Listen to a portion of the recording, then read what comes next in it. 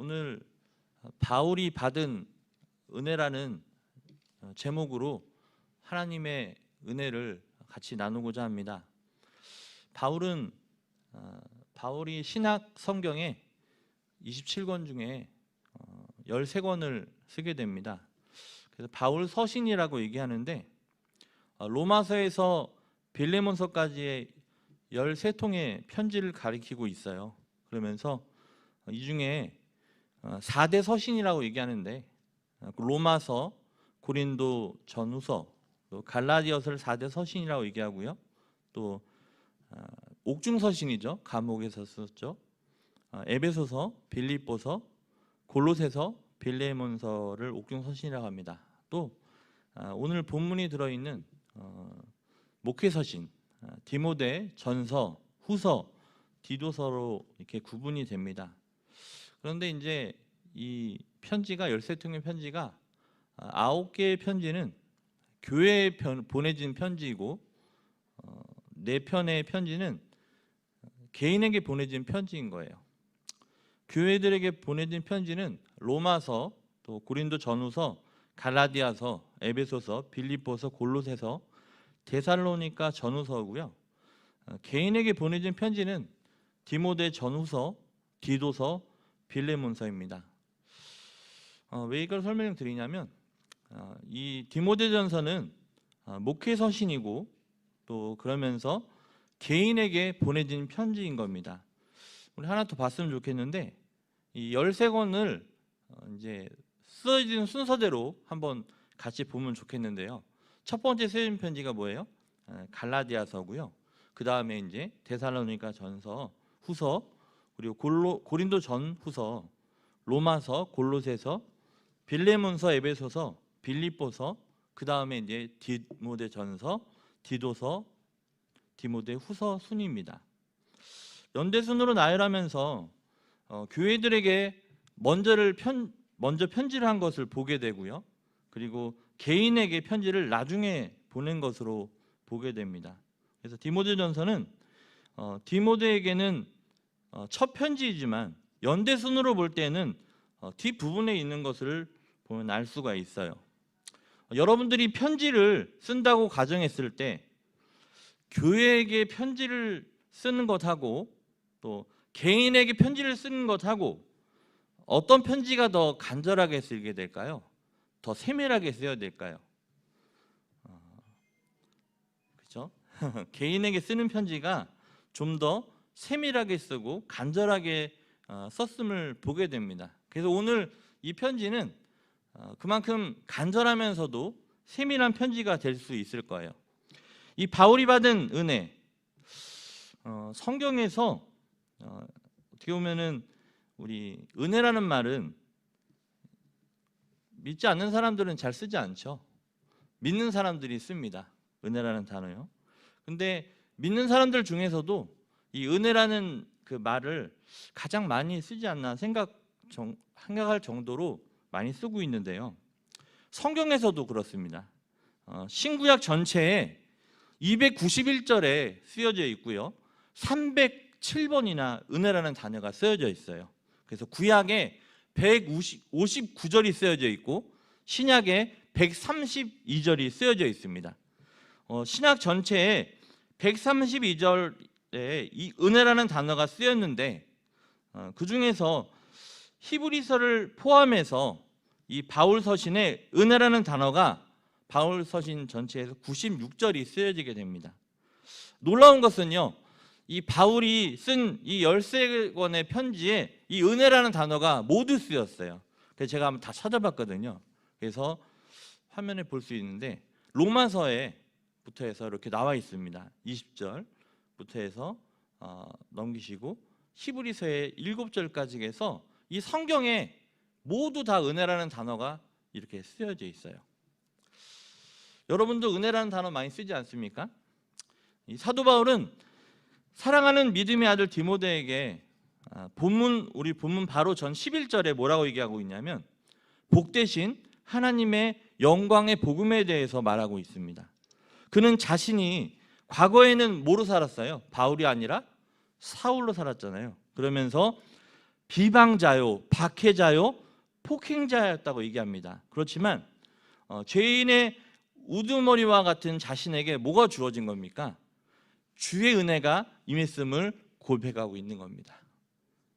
바울은 주님의 은혜와 능력을 강력하게 체험한 자로서 확신 가운데 간증하고 있는 모습인데요. 우리 모두는 사실 본질상 진노의 자녀들로 지옥불에 떨어진 심판을 피할 수 없는 존재들이었습니다. 그러나 주님의 크신 사랑으로, 은혜로 구원받았음을 믿으시기를 바랍니다. 모든 성도는 이 받은 구원에 대해 자랑할 것이 하나도 없어요. 우리가 이룬 것이 아니기 때문에 그렇습니다. 뭐예요? 값없이 받은 하나님의 은혜에 우리는 오직 감사와 찬양을 드릴 뿐입니다. 우리 교회는 창립 103주년을 지나면서 종교개혁일 503주년을 지나가고 있습니다. 종교개혁자 마틴 루터는 오직 그리스도, 오직 하나님께 영광을 말하면서 3대 신조를 말하고 있는데요. 그래서 교회는 오직 성경, 솔라 스크래처, 스트루트라, 성경의 말씀이 절대적으로 우선되어야 한다 얘기하고 있고요. 또 교회는 오직 믿음, 솔라 피데, 오직 믿음으로만 구원받을 수 있음을 드러내야 합니다. 그리고 교회는 오직 은혜, 솔라 그라티아, 하나님의 은혜만이 드러나야 된다는 것입니다. 이 바울이 받은 은혜를 말씀드리기 전에 종교개혁자 마틴 루터가 받은 은혜를 잠깐 나누고자 합니다. 교회는 하나님만이 영광을 받으시는 곳이 되어야 할 것입니다. 그렇지 않으면 이 교회 안에서 사람들의 공력이 중요하게 여겨지고 자랑되어지는 곳이 되기 쉽기 때문에 그렇습니다. 이 마틴 루터가요, 수도사가 되고 신부가 된 결정적인 사건이 있었는데, 원래 이 마틴 루터의 아버지의 소원은 뭐였냐면 당시 명문 대학이었던 에르푸르트 대학에서 이제 법학을 공부해서 법학자로 살고 싶어 했었어요. 그런데 이제 마틴 루터가 그렇게 살다가 이제 어느 날 친구와 함께 들판을 걷다가 천둥 번개를 동반한 비를 맞게 됩니다. 그런데 갑자기 이 번개가 같이 있던 친구를 내리쳤고 이 친구는 그 자리에서 쓰러져 죽게 됩니다. 이를 본 루터는 두려움 속에서 하나님께 기도를 합니다. 하면서 성 안나여 저에게 힘을 주소서, 그렇게 하신다면 저는 수도사가 되겠습니다 라고서 루터가 때 얘기를 합니다. 그러한 연유로 해서 루터는 수도회에 입회하여 수사가 되고 사제로 서품을 받게 됩니다. 친구의 갑작스러운 죽음을 목격한 이 마틴 루터의 관심은 어디에 관심이 있었냐? 이 구원에 관한 것에 관심이 있었던 것입니다. 구원. 마틴 루터는 구원의 확신을 갖기 위해서 많은 노력을 하게 되는데요. 경건한 생활을 살았고 또 엄격한 고행 생활을 했습니다. 그럼에도 불구하고 자신의 모습 속에서 발견되는 것은 자신은 구원받을 수 없는 죄인이라는 그런 사실이었던 거죠. 자신의 죄를 다른 신부에게 고해성사를 했는데 어떨 때는 하루에도 몇 번씩 찾아가 고해성사를 할 정도였다는 거예요. 루터가 하도 많이 자주 찾아오니까 그 담당 신부가 얘기하는 겁니다. 죄를 한꺼번에 모아서 가져오라고 얘기할 정도로 많이 왔던 거죠. 그 정도로 루터는 철저하게 자신의 죄를 회개했던 것입니다. 그럼에도 불구하고 구원의 확신을 갖기는커녕 도리어 자신이 죄인임을 뼈저리게 절감을 했던 겁니다. 그러던 중에 마틴 루터가 깨닫게 된 것은 구원은 사람의 공로를 통해서 얻어지는 것이 아니라 바로 오직 하나님의 은혜로만이 가능하다는 것을 깨닫게 된 것입니다. 이 하나님께서 주시는 구원은 은혜로 거저 주어짐을 깨달았던 거예요. 그래서 은혜가 참 중요한 건데요. 왜 중요하냐? 나의 자격과는 상관없이 하나님께서 주시는 선물이 은혜라는 거죠. 그러기에 그 선물을 주신 자만을, 하나님만을 우리는 자랑하고 노래할 수 있는 것입니다. 하나님을 많이 노래하시기를, 찬양하시기를 주님의 이름으로 부탁드리겠습니다. 에베소서 2장 8절 9절 말씀을 함께 읽어보겠는데요. 시작. 그 은혜를 인하여 믿음으로 말미암아 구원을 얻었나니 이것이 너희에게서 난 것이 아니요 하나님의 선물이라. 행위에서 난 것이 아니니 이는 누구든지 자랑하지 못하게 함이니라.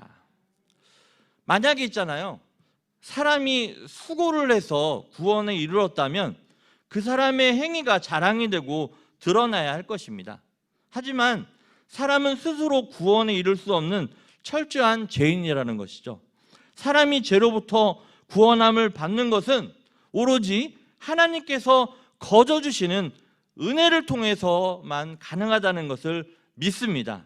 그래서 하나님의 이 은혜를 깨달은 자들은 자신의 공로나 행위를 자랑하지 않는다는 거예요. 오로지 하나님의 은혜만을 드러내며 하나님의 은혜만을 자랑해야 하는 것입니다. 은혜 아니면 살아갈 수가 없네. 호흡마저도 다 주의 것이니 세상 평안과 위로 내게 없어도 예수, 오직 예수뿐이네. 그 신계획 다 볼 수도 없고 작은 고난에 지쳐도 주께 묶인 나의 모든 삶 버티고 견디게 하시네.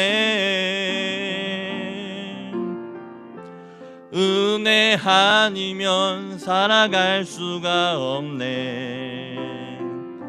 나의 모든 것 다 주께 맡기니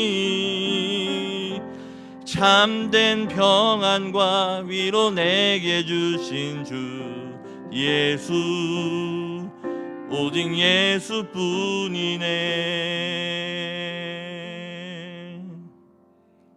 아멘. 12년 전에 목사 안수 받을 때 하나님께서 저에게 말씀하셨어요. 너는 가시다. 하지만 내가 이제부터 너에게 나의 그 사랑과 나의 은혜를 너에게 줄 테니까 그것을 받아서 뭐하라? 전파하라, 나눠줘라 하면서 말씀하셨던 겁니다. 저만 은혜 받았습니까? 여러분들 다 은혜 받으셨죠? 그 받은 은혜 나누시는 그런 은혜가 있기를 주님의 이름으로 축복합니다. 하나님의 은혜를 가장 충만하게 받은 사람이 바로 저와 여러분들임을 믿습니다. 늘 하나님의 은혜에 대한 그 감사와 자랑이 풍성한 우리 교회와 여러분들이 되시기를 주님의 이름으로 축복합니다. 오늘 본문에서 사도 바울이 영적 아들 디모데에게 전하는 편지 내용을 크게 세 가지로 볼 수 있는데요. 속과 공과 내용에 있는데 첫 번째는요, 따라합니다. 직분을 맡기신 은혜입니다. 네, 디모데전서 1장 12절 말씀 함께 읽겠습니다. 시작.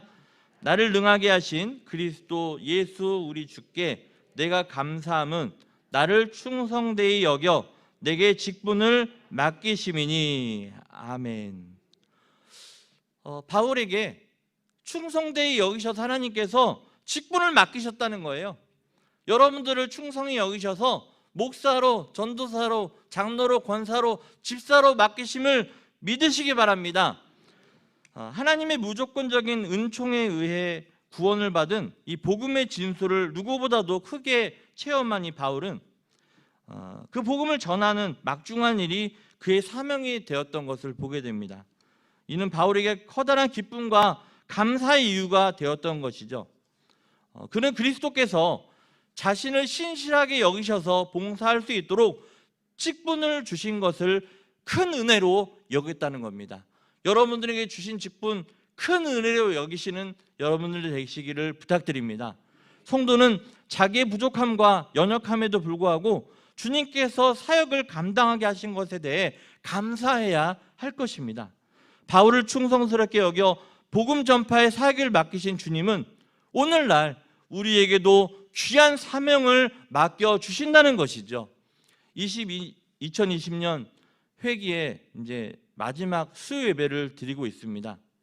예년과 같지 않는 코로나 때문에 다 느낌은 틀리겠지만 어쨌든 지금도 졸지도 않고 주무시지 않고 일하고 계시고 또 충성되게 여기는 사람을 세우셔서 직분을 주심을 믿으시기 바랍니다. 그래서 이제 내년에 세워질 집사님, 권사님, 장로님이 세워질 텐데 그들이 또한 여러분들이 성경에 나와 있는 2달란트 받은 자, 5달란트 받은 자와 같이 착하고 충성된 종아, 네가 적은 일에 충성하였음에 내가 많은 것을 내게 맡기리니 내 주인의 즐거움에 참여케 되기를 주님의 이름으로 축복합니다. 그것을 큰 은혜로 여기시라는 거죠. 성도들은 이러한 주님의 기대를 저버리지 말고 크든 작든 복음을 위해 맡기신 하나님이 맡겨주신 그 직분에 감사함으로 충성 다하여 생명의 면류관을 다 얻는 여러분들이 되시기를 축복합니다. 두 번째 따라합니다. 긍휼히 여김을 받은 은혜입니다. 13절 14절 말씀 같이 읽어보겠습니다. 시작. 내가 전에는 비방자요 박해자요 폭행자였으나 도리어 긍휼을 입은 했습니다. 우리 주의 은혜가 그리스도 예수 안에 있는 믿음과 사랑과 함께 넘치도록 풍성하였도다. 이 바울은요 자신의 과거를 돌아봤을 때 한층 더 감사하는 마음을 갖지 않을 수 없었던 겁니다.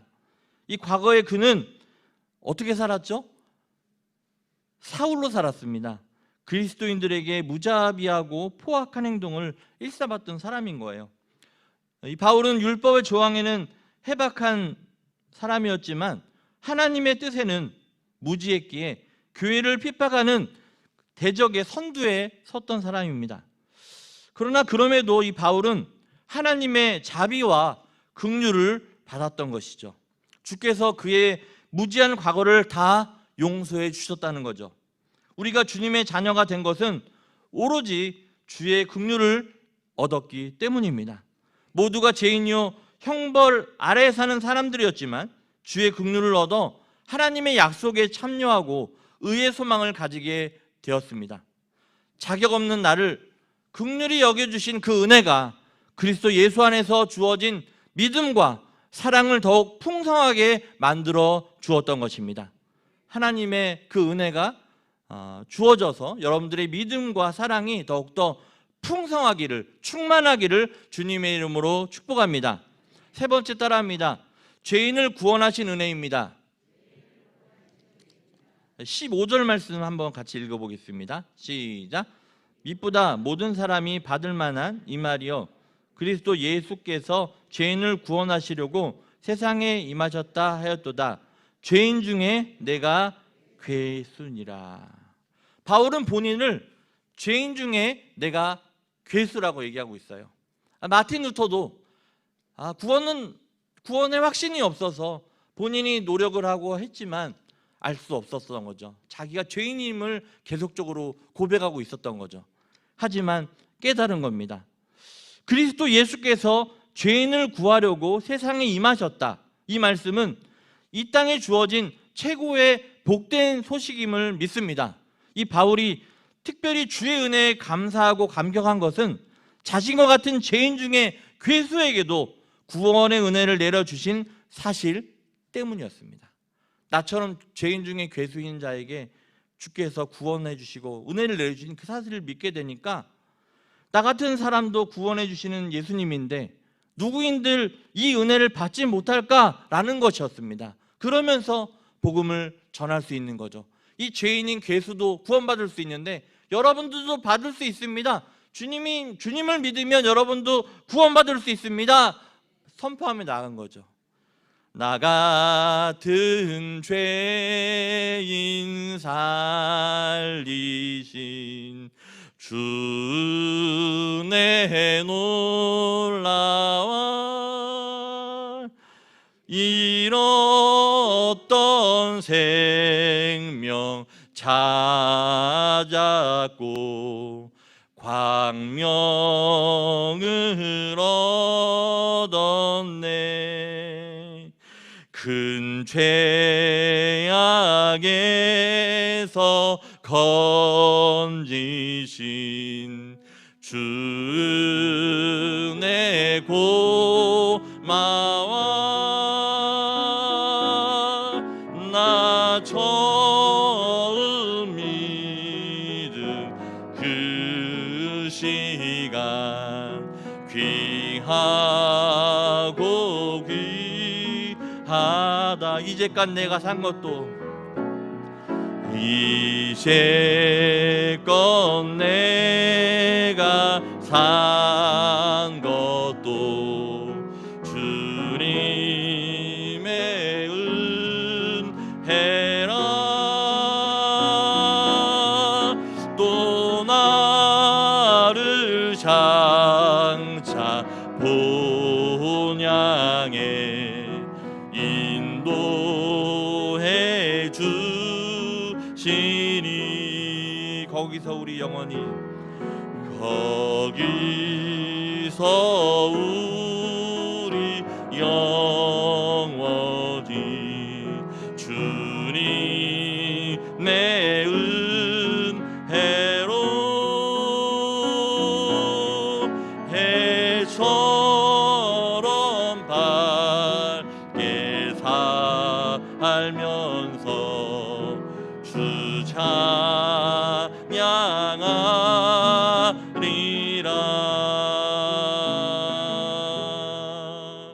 아멘. 우리 사랑하는 성도님들, 주님의 그 한량없는 그 은혜를 가지시고 해처럼 밝게 살면서 주 찬양하며 나아가는 인생들이 다 되시기를 주님의 이름으로 축복합니다. 오늘 1장 16절에 반전이 나타납니다. 그러나 내가 긍휼을 입은 까닭은 예수 그리스도께서 내게 먼저 일체 오래 참으심을 보이사 후에 주를 믿어 영생 얻는 자들에게 본이 되게 하려 하심이라. 구원을 베푸시는 주님의 은혜는 지금도 우리 가운데 넘치고 있음을 믿으시기 바랍니다. 초대교회에 일어났던 그런 부흥의 역사, 성령의 충만한 역사가 지금 우리 교회에도, 우리가 사는 곳에서도 임하시기를 주님의 이름으로 축복합니다. 사도 바울은 얘기합니다. 로마서 1장 16절 다 같이 읽겠습니다. 시작. 내가 복음을 부끄러워하지 아니하노니 이 복음은 모든 믿는 자에게 구원을 주시는 하나님의 능력이 됨이라. 아멘.